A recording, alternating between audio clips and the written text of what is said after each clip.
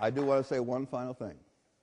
Older, adult, and non-traditional students on this campus have never had a better friend. She's been their advocate for years and years, and they're all benefited by what Linda has done. The family has been kind enough to show up. The boys are still roughly awake back there as far as I can tell. Steve and Kelly and Mike and Joni and all the rest of the grandchildren, we're honored to have them, and to be a part of them and to have their support has meant everything to me also. So it's been a grand and glorious time. So much for the wonders. Let's talk about the worries. I've been through a few up budget years, but I've been through many ones that were not so successful. We've had some highlights, but we also had some difficult times. I do wish that this state would realize the great gem that it has in the University of Missouri, and that somehow its support could be increased. And I know that Jay and Georgianne feel exactly the same way. But it's not appropriate to murk around with difficult times. It's to quote another one of my philosophy department colleagues up there in the back. His name is Don Sievert.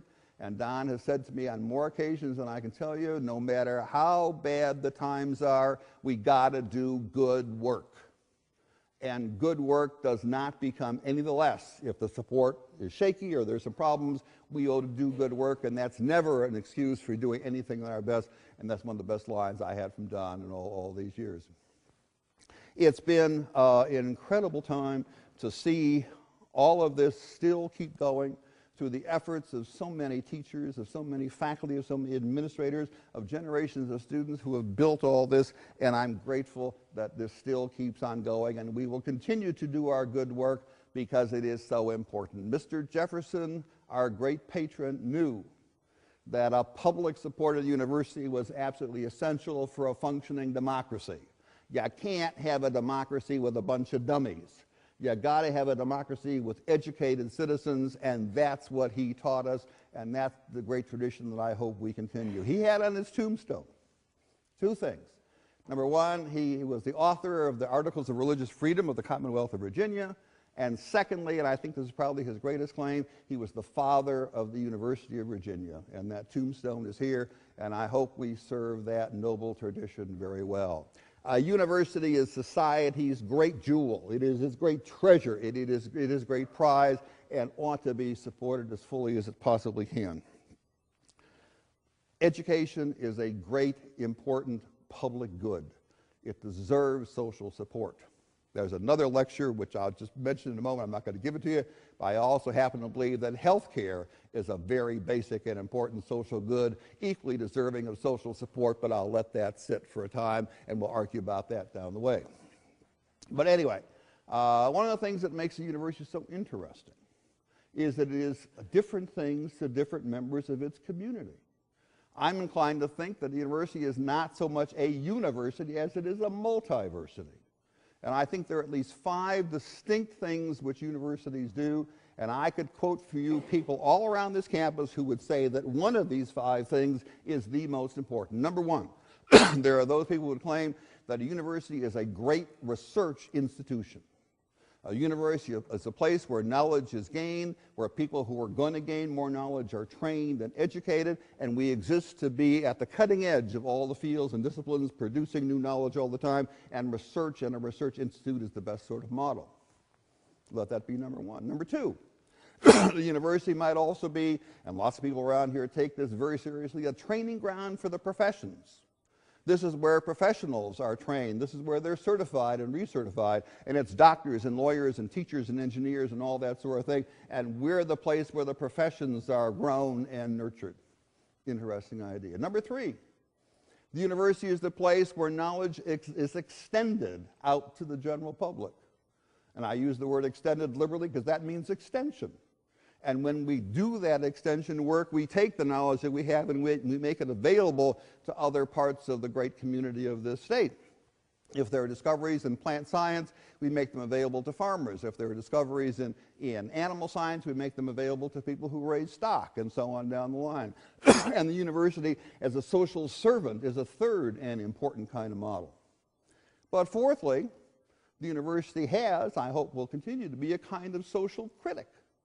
I hope we're the place where we have some independence of judgment, where we have genuinely public intellectuals, where we really set the standard for what society ought to be and where it can go and all that. Not the only one, but certainly one of them.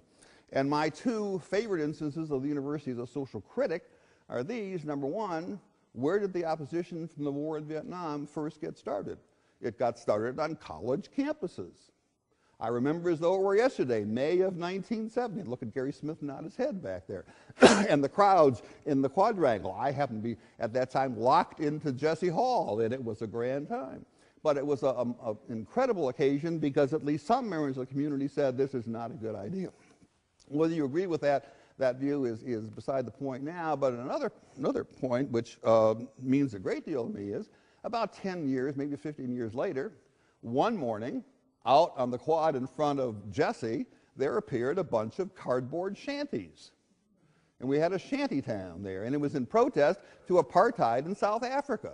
If that isn't social criticism, I don't know what is. And the great theme was divestiture. Get out of those investments. Don't support what's going on in that regime. And that's surely social criticism of a very important and interesting kind. Out of that came, I think, one of this campus's great programs, our connections with the University of the Western Cape. And many of us have gone back and forth. Nikki and Aaron are going this summer, I believe. Is that not right? It's a great institution, and those faculty are there to bring about social change in that country. And they're some of the most admirable faculty I've ever met in all my wanderings around higher education. And we have this incredible exchange program, which has gone now for, 20, 25 years, if not more, that's brought hundreds of folks back and forth. Linda and I went there about 10 years ago, and she would say it's probably the neatest trip we ever took. We had a lovely, lovely time. They also make very good wine. And it's relatively inexpensive. Anyway, that's an example of the university as social critic. But fifthly, and this is where my heart lives more than anything else, the university is the bastion of the liberal arts. It's where liberal education is developed and worshipped and loved and praised and carried out as far as it possibly can go. And those liberal arts, which we all treasure so much, I think are our great contribution to a civilized and rational kind of society. We could talk at great length about what a liberal education ought to be, but it's an interesting topic. I divide the question in three. Number one, what are the basic disciplines which a liberally educated person ought to come across? I think it's the basic ones, the natural sciences, the social sciences, the humanities, the fine arts, the computational sciences, and all the rest of it. That's a talk for another time. I think there's a set of basic skills which are absolutely essential to being liberally educated.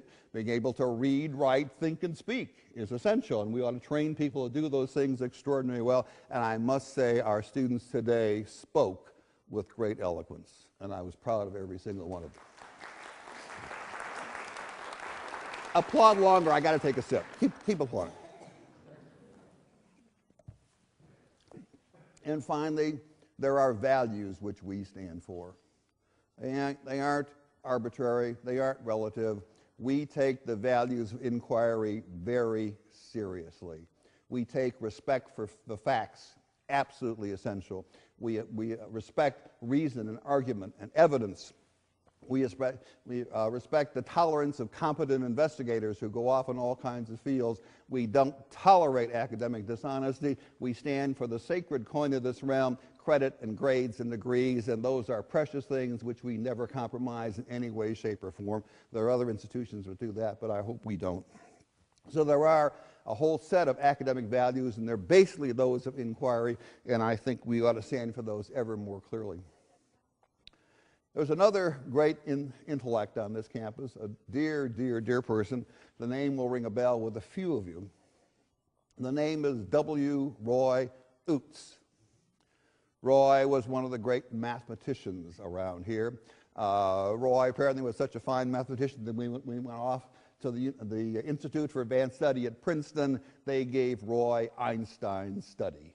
That's high praise. And Roy had an intellect and a span of knowledge which I have never seen before, and to have a conversation with Roy was to leave educated and really amazed at what he knew. He knew something of everything.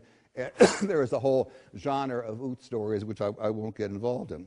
But one day, Roy gave the commencement speech in the College of Arts and Science. And Roy got up there and said, liberal education is very, very important, and we know basically what that is. But he said, I hope that as a part of a liberal education, the student has a chance to come across, whether in person or in some other way, in a text or in some other means, a mind and an intellect and a spirit which is greater, wider, more expansive, and has thought farther, deeper, and longer than his own. To meet that great mind, it might be in person, it might be a great mind in the sciences, the humanities, and the arts, or whatever, but to find out the capacities of the human spirit, to see how wide we can really range, that's a great part of what it means to be liberal education, to be liberally educated. Or as Charlie Hudson said, and I gave the eulogy at his funeral, we quoted, I think it's from Deuteronomy, and the line is something like, enlarge thy tent and spread wide the courts of thy habitation. We're here to help people live in bigger tents. We're here to help them live in bigger spaces. We're here to move them far from the limits from which they came and give them bigger, wider, richer, and more diverse world to be a part of. And that's what a liberal education is all about. It truly ought to be liberating. It ought to make a difference. It ought to be wide and expansive. And Roy had that kind of mind. Charlie had that kind of mind. And I hope that our course does something as well as other courses around the campus. It's a great privilege to be a part of this, and it's a great privilege to see all of these things take place. The other things that I would put in terms of if it's wonders on the one hand and it's worries on the other. Oh, I wanted to add one other thing. This will bother a couple people, but why not? The last lecture gets shot afterwards.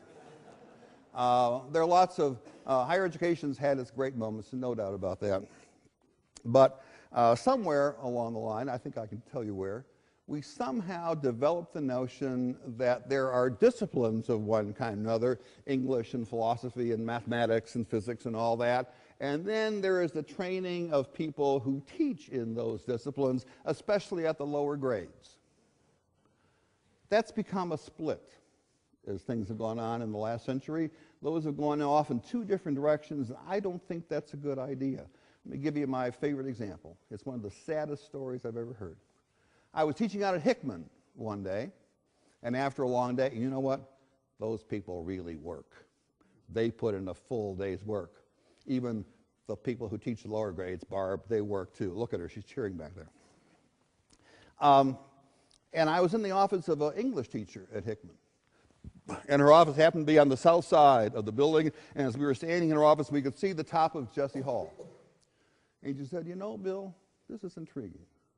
I teach English here.